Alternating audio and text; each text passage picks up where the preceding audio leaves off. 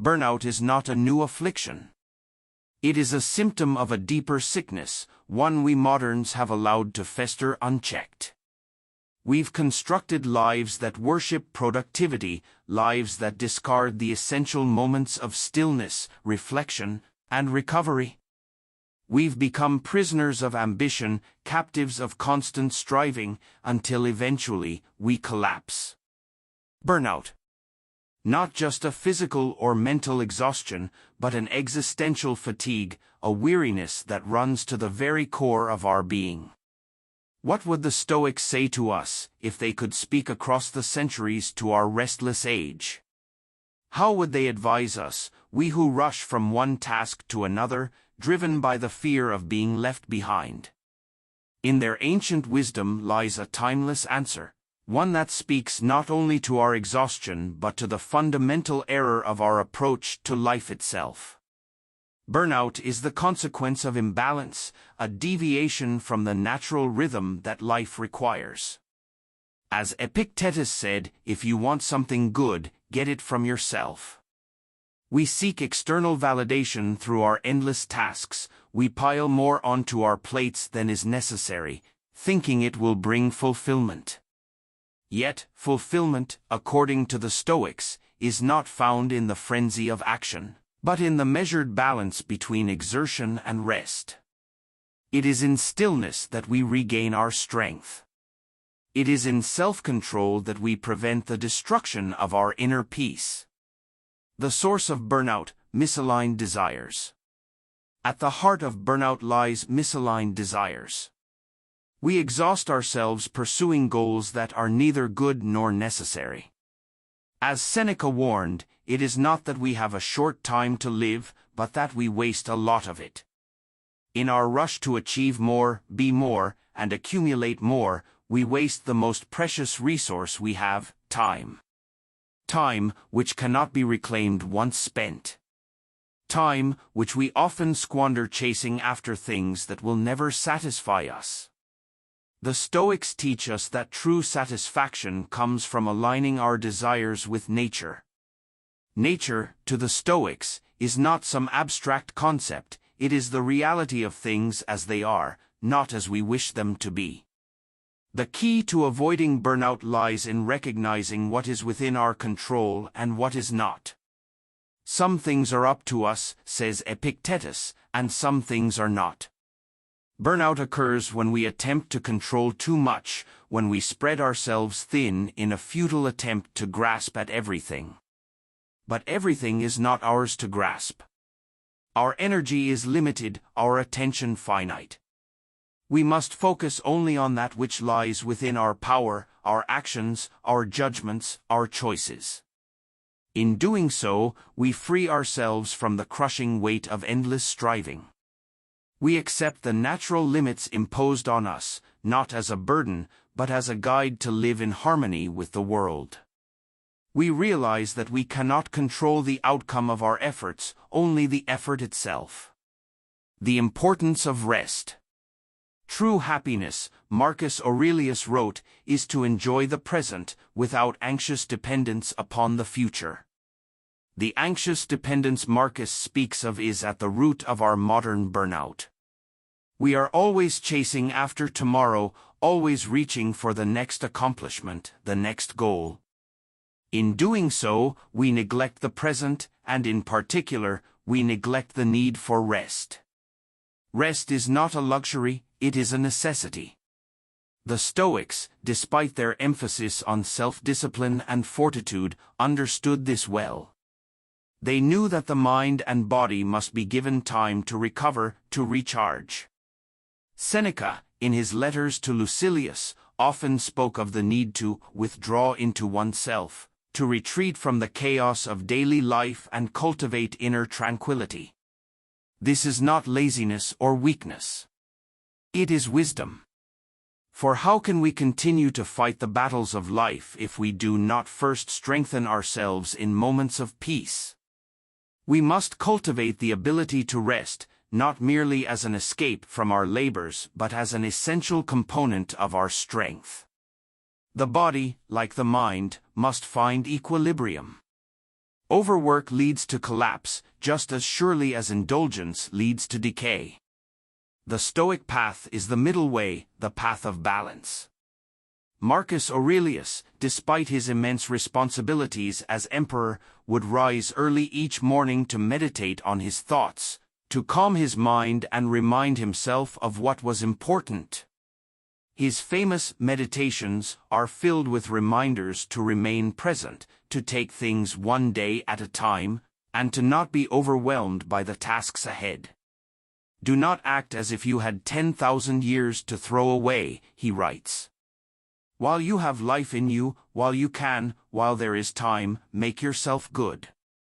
What Marcus understood, and what we must understand, is that rest is not the enemy of productivity. It is its foundation. Without rest, we cannot function. Without reflection, we cannot grow. Rest is not merely the cessation of work, it is the cultivation of the inner resources that allow us to face work with renewed strength and clarity. Mastering our emotions, overcoming destructive impulses. At the core of Stoic philosophy is the belief that we must master our emotions if we are to live a life of virtue and balance. Burnout is often the result of unmastered emotions, fear, anxiety, anger, frustration. These emotions push us beyond our limits, driving us to work harder, faster, longer, in a desperate attempt to quiet the storm within. But the storm cannot be silenced by more action. It must be quieted through reason and self-control. Man is disturbed not by things, said Epictetus, but by the views he takes of them. Burnout is not caused by our work itself, but by our perception of it. We believe that we must do more, be more, achieve more, because we have allowed ourselves to be ruled by fear, fear of failure, fear of inadequacy, fear of falling behind. But these fears are illusions. They are not grounded in reality but in our irrational judgments. The Stoics teach us to challenge these judgments, to question the stories we tell ourselves. Is it truly necessary to work 12 hours a day? Will the world fall apart if we take time for ourselves? Of course not. But we believe it will because we have allowed our emotions to dictate our actions. To avoid burnout, we must regain control over our emotions. We must learn to see things as they are, not as our fear or anxiety makes them appear. We must remind ourselves that the only thing truly within our control is how we respond to the challenges we face. Everything else, the opinions of others, the success of our endeavors, the approval of society, is outside our control. Once we understand this, we free ourselves from the tyranny of our emotions. We no longer act out of fear or desperation, but out of calm deliberation. We no longer exhaust ourselves trying to control the uncontrollable. Instead, we focus on what we can control, our own thoughts, our own actions, and we find peace in that. The power of reflection. In addition to rest, the Stoics emphasize the importance of reflection. We must take a moment, says Seneca, to examine ourselves. This is not a passive activity but an active process of self-evaluation. Reflection allows us to step back from the chaos of daily life and assess what is truly important. It allows us to see where we have strayed from the path and how we might correct our course. Burnout often occurs because we lose sight of our true purpose. We become consumed by the demands of the world, and in doing so, we forget why we are working in the first place. Reflection allows us to reconnect with our deeper values, to remind ourselves of what truly matters. It is in these quiet moments of contemplation that we find clarity, strength, and direction. For Marcus Aurelius, these moments of reflection were essential. Each day, he would take time to write down his thoughts, to reflect on his actions, and to remind himself of the Stoic principles that guided his life. His meditations are not the work of a man who had all the answers, but the work of a man who was constantly striving to live according to his values. We too must strive in this way. In the quiet of reflection, we gain perspective. We see the world not through the lens of our fears and desires, but through the clarity of reason. We understand that burnout is not a necessity, but a choice, one we make when we fail to listen to the wisdom of our own bodies and minds. Reflection allows us to make different choices. It allows us to act with intention rather than react out of compulsion. Cultivating inner fortitude. Burnout is the result of weakness of mind, body, and spirit. But this weakness is not inherent. It is cultivated through neglect. The Stoics teach us that strength, like weakness, is something we can cultivate within ourselves. It is through self-discipline, through the practice of virtue, that we become strong. Fortitude, the Stoics remind us, is not the absence of hardship but the ability to endure hardship without being overwhelmed by it. As Marcus Aurelius wrote, the impediment to action advances action. What stands in the way becomes the way. Burnout is not something to be feared or avoided, but something to be understood and mastered. It is through the experience of burnout that we learn our limits, that we understand the importance of balance and self-care. By cultivating inner fortitude, we become resilient in the face of life's challenges. We learn to weather the storms without being broken by them. We understand that rest and recovery are not signs of weakness but sources of strength. By mastering ourselves, we master our circumstances. Conclusion: the Stoic path to lasting peace.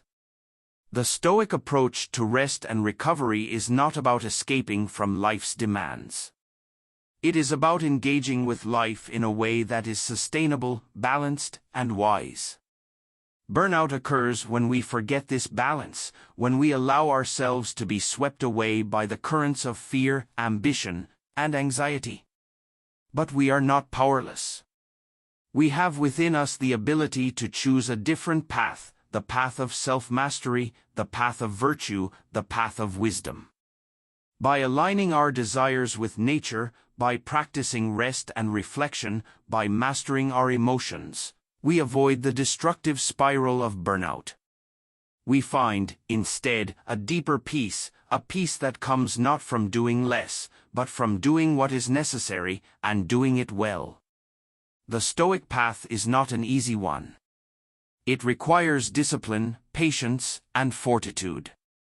But it is a path that leads to lasting strength, lasting peace, and lasting fulfillment. It is the path that allows us to live fully, without being consumed by the world's demands. Let us walk that path together, with courage, with clarity, and with the unwavering belief that we are capable of mastering ourselves. For in that mastery lies the key to a life of true rest and recovery, a life free from burnout and rich in purpose.